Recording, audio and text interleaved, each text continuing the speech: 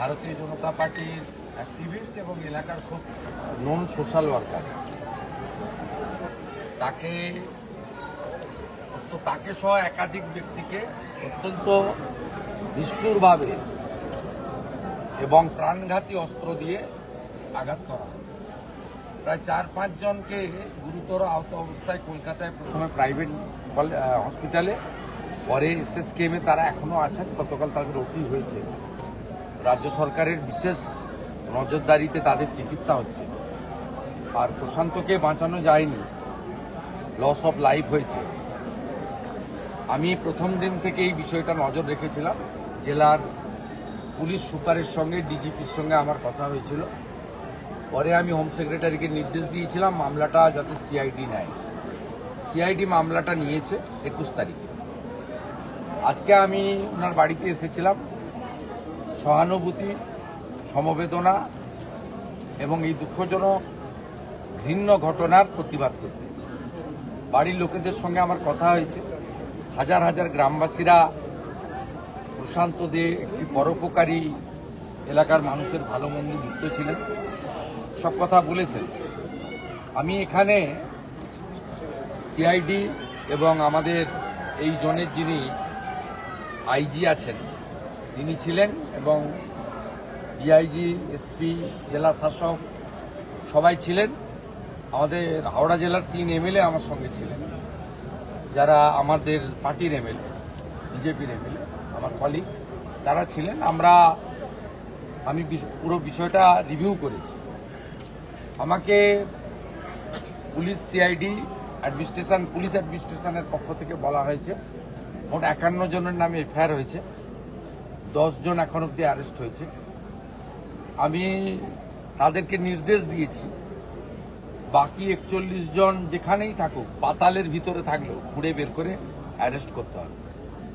দ্বিতীয়ত হচ্ছে জেলা শাসক মহোদয়কে ধন্যবাদ জানাই। প্রথমেই তিনি 4 লক্ষ টাকা ডিজাস্টার যে ফান্ড আছে জেলার, সেখান থেকে পরিবারকে দিয়েছিলেন। আবারও বলি, অর্থ দিয়ে মৃত্যুর ক্ষতিপূরণ হয় না। পরিবারের পাশে দাঁড়ানো কর্তব্য, যে কোনো সরকারের কর্তব্য। আজকে আমি সিএম রিলিফ ফান্ড থেকে আরও 5 লাখ টাকা দিলাম, এবং ওনার যে মেয়ে রয়েছে, বড় মেয়ে 22 বছর বয়স, তাকে আমরা একটি জব দিলাম আমাদের বিডিও অফিসে নিয়ম মেনে। কারণ সরকারি চাকরি, স্থায়ী চাকরি পরীক্ষা দিয়ে হয়। এখানে একটি কন্ট্রাকচুয়াল জব তার বাড়ির কাছে বিডিও অফিসে দেওয়া হয়েছে। নিশ্চয়ই আগামী দিনে তার ভবিষ্যৎ আমরা দেখব, আমাদের ক্ষমতার মধ্যে দেখব। এটা টেম্পোরারি তাদের পরিবারের পাশে দাঁড়ানো, যাতে পরিবারের মূল আর্নিং মেম্বার তিনি চলে যাওয়ার পরে পরিবারটি অনাথ না হয়ে যায়, এটাও আমাদের কর্তব্যের মধ্যে পড়ে। ওর বৃদ্ধ বাবা মাকে যাতে ওল্ড এজ পেনশন এবং অন্যান্য যে ওয়েলফেয়ার মেজার্স আছে, জেলা শাসক মহোদয়কে আমি বলেছি, তিনি এটা করে দেখবেন। আর আমি পরিবারকে বলে এসেছি যে এফআইআর নেমড অল অ্যাকিউজড, যাদের বিরুদ্ধে এভিডেন্স আছে তাদের প্রত্যেককে সিআইডি অ্যারেস্ট করবে। CID also a part of the police, অর্থাৎ এটা পুলিশ মন্ত্রীর রেসপন্সিবিলিটি। এবং সাথে সাথে আমি এটাও বলেছি যে এসপি ছিলেন, আইজি ছিলেন, ডিআইজি ছিলেন, সিআইডির সিনিয়র আধিকারিকদের যে সিট টিম গঠন করা হয়েছে 10 মেম্বার, তাদের 3 জন ছিলেন। ক্লিয়ার মেসেজ এবং ডাইরেকশন, কাস্টডির মধ্যেই চার্জশিটেড করতে হবে, এবং কাস্টডি ট্রায়াল যাতে শুরু করানো যায় সে ব্যবস্থাও করতে হবে। যা যা পানিশমেন্টের প্রভিশন ভারতীয় ন্যায় সংহিতাতে আছে বিএনএসে, সেটা দেওয়া হবে। আমি একাধারে পুলিশ মন্ত্রীও যেমন, ল জুডিশিয়াল ডিপার্টমেন্টও আমি দেখি। আমি এখানে চার্জশিট দিয়ে দিলে স্পেশাল পিপিও অ্যাপেন্ড করে দেবো, যাতে উইদিন স্টিপুলেটেড টাইম, শর্ট টাইমের মধ্যে তারা বিএনএস এর অন্তর্গত পানিশমেন্ট, চার্জশিটে যে পানিশমেন্ট রেকমেন্ড করবে আইও, সেই পানিশমেন্ট যাতে পায় সেটাও আমরা মনিটর করব। এর আগে এই ধরনের অনেক ঘটনাতে বিচার পাইনি বলে আজকে এই আস্ফালন হয়েছে। 2021 সালে পোস্টপোল ভায়োলেন্সে এই এলাকায় প্রচুর এই ধরনের ভুরি ভুরি অভিযোগ আছে। বাইনানে তো একজন মূক বধির মহিলাকে রেপও করা হয়েছে, যে মামলা সিবিআই নিয়েছে। এগুলোতে পানিশমেন্ট হয়নি বলে প্রকাশ্যে বুক ফুলিয়ে গুন্ডারা, খুনিরা, অত্যাচারীরা ঘুরে বেড়াচ্ছে বলে এদের সাহস বেড়েছে।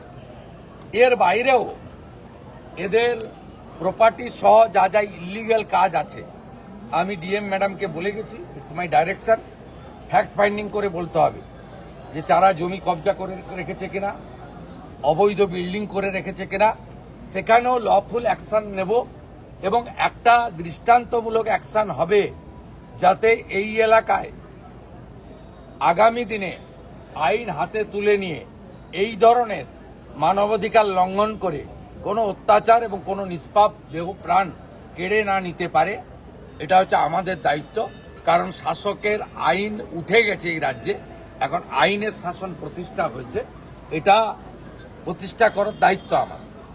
এর আগে পুলিশ মন্ত্রী, মুখ্যমন্ত্রী, আমার জানা নেই তারা ভিকটিমের বাড়িতে এসে কেস মনিটরিং করার কোনো ইতিহাস আপনাদের চোখেও পড়েনি। আমি বলতে পারি, যাদের ত্যাগের বিনিময়ে এই রাজ্যে রাষ্ট্রবাদী সরকার তৈরি হয়েছে, আমাকে মুখ্যমন্ত্রীর মতো গুরু দায়িত্ব আপনারা দিয়েছেন, আপনাদের ভরসার জায়গাটাকে সম্মানের সঙ্গে, আস্থার সঙ্গে রক্ষা করার দায়িত্ব আপনাদের মুখ্যমন্ত্রী। শুভেন্দুবাবু, আপনি প্রথম দিন থেকে বলে আসছেন যে জিরো টলারেন্স নীতি, এবং তামান্নার ক্ষেত্রেও দেখেছি যারা অভিযুক্ত তারা একের একে ধরা পড়ছে। সব ধরা পড়ে গেছে একজন ছাড়া। হ্যাঁ, পলিটিক্যাল কারণে ধরা হতো না, ভোট ব্যাংকের জন্য ধরা হতো না, ধর্ম সম্প্রদায় দেখে ধরা হতো না। এর গত বছর আপনারা মহরমের মিছিলে অস্ত্র দেখেছেন, এবছর গোটা রাজ্য অস্ত্র দেখেননি। আমি তো পুলিশকেও ধন্যবাদ দেব, যারা মহরম করেছে তাদেরও ধন্যবাদ দেব। এদেরকে লাইনে আনার দায়িত্বটা আমাদের। এদের এতদিন বলা হতো যা খুশি করবে, কেউ কিছু করবে না। এখন পুলিশ বলছে সরকারের পক্ষ থেকে যা করবেন আইন মেনে করুন, তাই সবাই আইন মানছে। সবাই আইন মেনে নিলে আমাদের কোনো অসুবিধা নেই, সে যে ধর্মেরই হোক, যে দলেরই হোক, যে সম্প্রদায়। শুভেন্দুবাবু, এদের এই যে ধরুন যারা অ্যাকিউজড আছে 10 জন তো অ্যারেস্ট হয়ে গেছে, বাকিদের পুলিশ খুঁজছে, তাদের ধরা হবে? না, খুঁজে টুজের ব্যাপার নেই, পুলিশ হেল্প করবে। সিআইডি কে পরিষ্কার বলে গেছি, 41টাকেই ধরতে হবে। ফলতার পুষ্পাকে যদি এসটিএফ নেপালের বর্ডার থেকে তুলে আনতে পারে, এগুলো তো খুব ছোটখাটো বিষয়, সবকে তুলতে হবে। 51 বাকি সব হবে, আইনে সব আছে।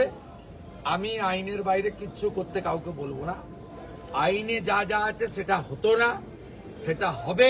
সেটা হলেই পরবর্তীকালে এই ধরনের জঘন্য কাজ করার ক্ষেত্রে 5 বার ভাবতে হবে।